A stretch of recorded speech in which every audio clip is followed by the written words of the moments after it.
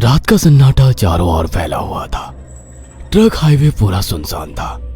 चारों ओर ठंड से हाड़ कपा देने वाली ठंड चल रही थी। हाईवे के चारों ओर घना जंगल था। उसी हाईवे पर एक मर्सिडीज दौड़ रही थी। उसमें 3 लोग सवार थे, राहुल, निधि और उनकी 10 साल की बेटी तानिया। राहुल अपने दोस्त सैफ के घर ईद की पार्टी में शामिल होने के लिए गया था और पार्टी करके घर लौट रहा था। निधि ने मुस्कुराकर ड्राइव करते हुए राहुल से कहा, कुछ भी कहो राहुल, आज तो ईद की पार्टी में मजा आ गया।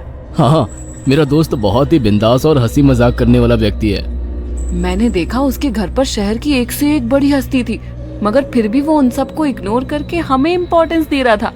हाँ, देगा क्यों नहीं, आखिर मेरा दोस्त जो है। सच में राहुल, अमेरिका से इंडिया लौटकर बहुत अच्छा फील हो रहा है। वैसे तुम्हारा दोस्त सचिन अभी तक नहीं आया अमेरिका से? निधि की बात सुनकर राहुल चौंक कर बोला, ओह शिट यार, उसका फोन आया था कि वो इंडिया आ रहा है। उसने बोला था कि मुझे एयरपोर्ट पर पिक कर ले। निधि बहुत नाराज होगा वो। कोई बात नहीं, उससे बोल देना कि तुम्हें बिल्कुल याद नहीं रहा और फिर तुम्हें सैफ की इनवाइट की हुई ईद पार्टी में भी तो शामिल होना था। निधि ने इतना बोला ही था कि उसकी बेटी तानिया ने अपनी माँ की ओर देखकर कहा, मुझे भूख लगी है माँ, और प्यास भी।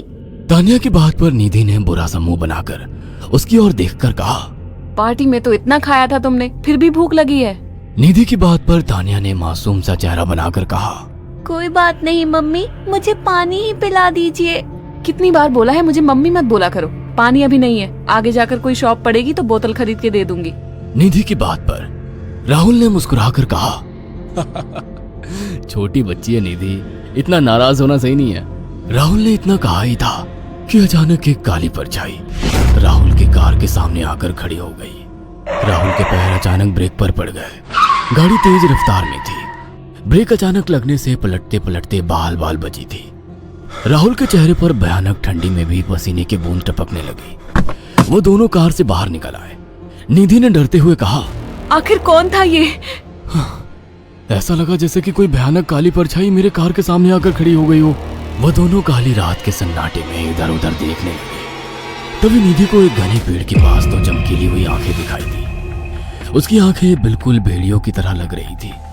निधि ने चीखते हुए राहुल से कहा, राहुल देखो कौन है वो, जल्दी से गाड़ी में बैठो, मुझे बहुत डर लग रहा है। राहुल ने उस तरफ देखा तो उसके रोंगटे खड़े हो गए।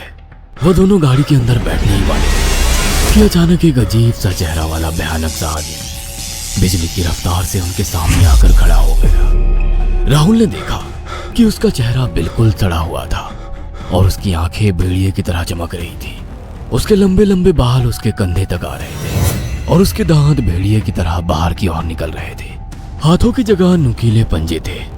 राहुल को देखकर अजीब से अंदाज में हंसने लगा, मगर जैसे ही राहुल की नजर उसके कपड़ों पर गई, राहुल की आंखें फटी की फटी रह गई। वो हकलाते हुए बोला, भाईजान, भाईजान, मुझे माफ कर दो, मुझे छोड़ दो। राहुल ने इतना कहा ही था कि अचानक उस अजीब से देखने वाले भयानक आदमी ने अपने पंजों से राहुल की गर्दन कसकर पकड़ ली और एक ही सेकंड में उखाड़ कर जमीन पर फेंक दी। राहुल के धड़ से लाल रंग का खून का फुहारा फूट पड़ा। इस भयानक मंजर को देखकर निधि के गले से एक जोरदार चीख निकल गई। निधि इससे पहले भागती कि अचानक उस भयानक दिखने वाले आदमी ने निधि को पकड़ लिया और अपने नुकीले पंजे उसके पेट में गड़ा दिए और उसकी अतड़ियां बाहर निकाल दी। निधि की एक दिल दहला देने वाली चीख सन्नाटे को चीर गई।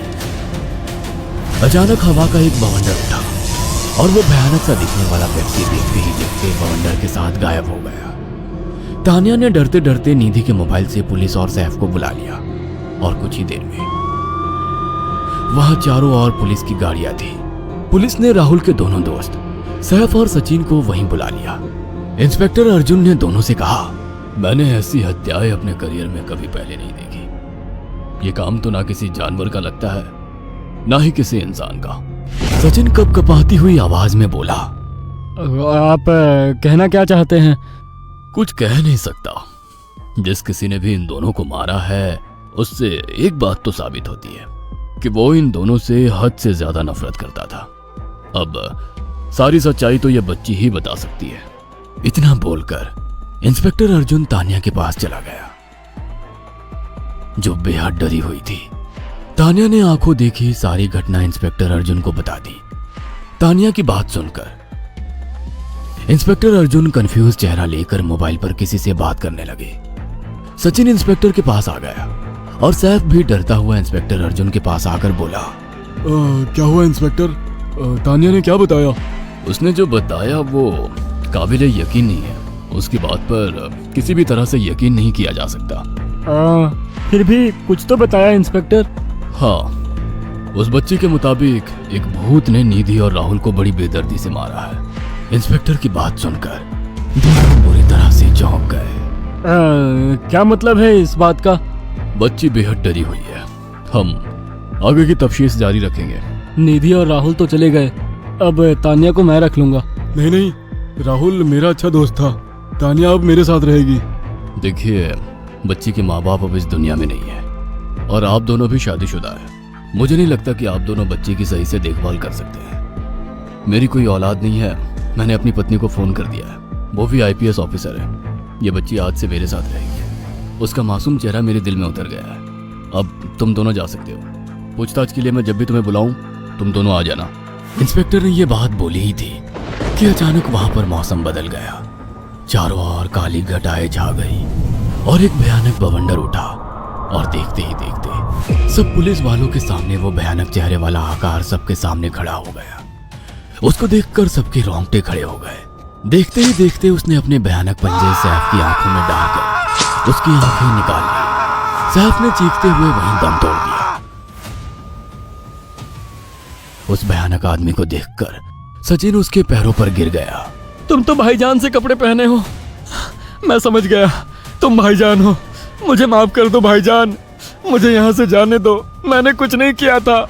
वो भयानक चेहरे वाला गुर्राते हुए बोला, बता इन सबको कि ये सब इतनी भयानक मौत क्यों मरे। सचिन दौड़ता हुआ इंस्पेक्टर अर्जुन के पास गया और बोला, मैं जानता हूँ इसने इन तीनों को क्यों मारा। इसका नाम भाईजान था। जब ये जिंदा था ये किसी का भाई किसी की जान था। बहुत साल पहले ये हम सबका बहुत अच्छा गहरा दोस्त और बिजनेस पार्टनर था। ये सबकी बहुत मदद किया करता था। इसकी प्यारी सी बेटी थी तानिया, जो इस वक्त कार के अंदर बैठी हुई है। ये इसी की बेटी है। भाईजान अपने सारे पैसों से एक बहुत बड़ा हॉस्पिटल खोलना चाहता था जिससे गरीबों का मुफ्त इलाज किया जा सके, मगर हम तीनों इसके लिए तैयार नहीं थे। हमारी नीयत उसकी दौलत पर खराब थी और एक दिन हम सब धोखे से ईद के दिन भाईजान को यहाँ ले आए और इसे मारकर फेंक दिया। तो फिर तुम सबने इसकी बेटी को क्यों जिंदा छोड़ दिया? हमें बाद में पता लगा कि भाईजान ने सारी जायदाद अपनी बेटी के नाम कर दी है, इसीलिए हमने भाईजान की पत्नी को भी मार दिया। और तानिया का तुम 18 साल की उम्र पूरी करने का इंतजार कर रहे थे ताकि सारी जायदाद अपने नाम करा सको और बाद में उसे भी ठिकाने लगा सको। इसी के लिए तुम दोनों इस मासूम बच्ची को अपने साथ रखने की जिद कर रहे थे। जी, आपने बिल्कुल सही कहा। हम तानिया को भी इसी जगह लाकर मार देते। सचिन की बात सुनकर इंस्पेक्टर अर्जुन की आंखों में खून उतर आया। इंस्पेक्टर अर्जुन के कुछ कहने से पहले ही भाईजान बिजली की रफ्तार से इंस्पेक्टर अर्जुन की आंखों के सामने से सचिन को पकड़कर ले गया और उसके शरीर के टुकड़े टुकड़े कर दिए और हवा में उठे एक तेज बवंडर के साथ गायब हो गया। सारी घटना इंस्पेक्टर अर्जुन की आंखों के सामने हुई थी। तानिया को इंस्पेक्टर अर्जुन और उसकी पत्नी ने अपनी बेटी की तरह पाला। अगर आपको हमारी ये कहानी पसंद आई हो तो इसे लाइक और शेयर करना ना भूलें। साथ ही ऐसी और नई कहानियों के अपडेट्स पाने के लिए हमारे चैनल अक्षु टीवी को जरूर सब्सक्राइब करें।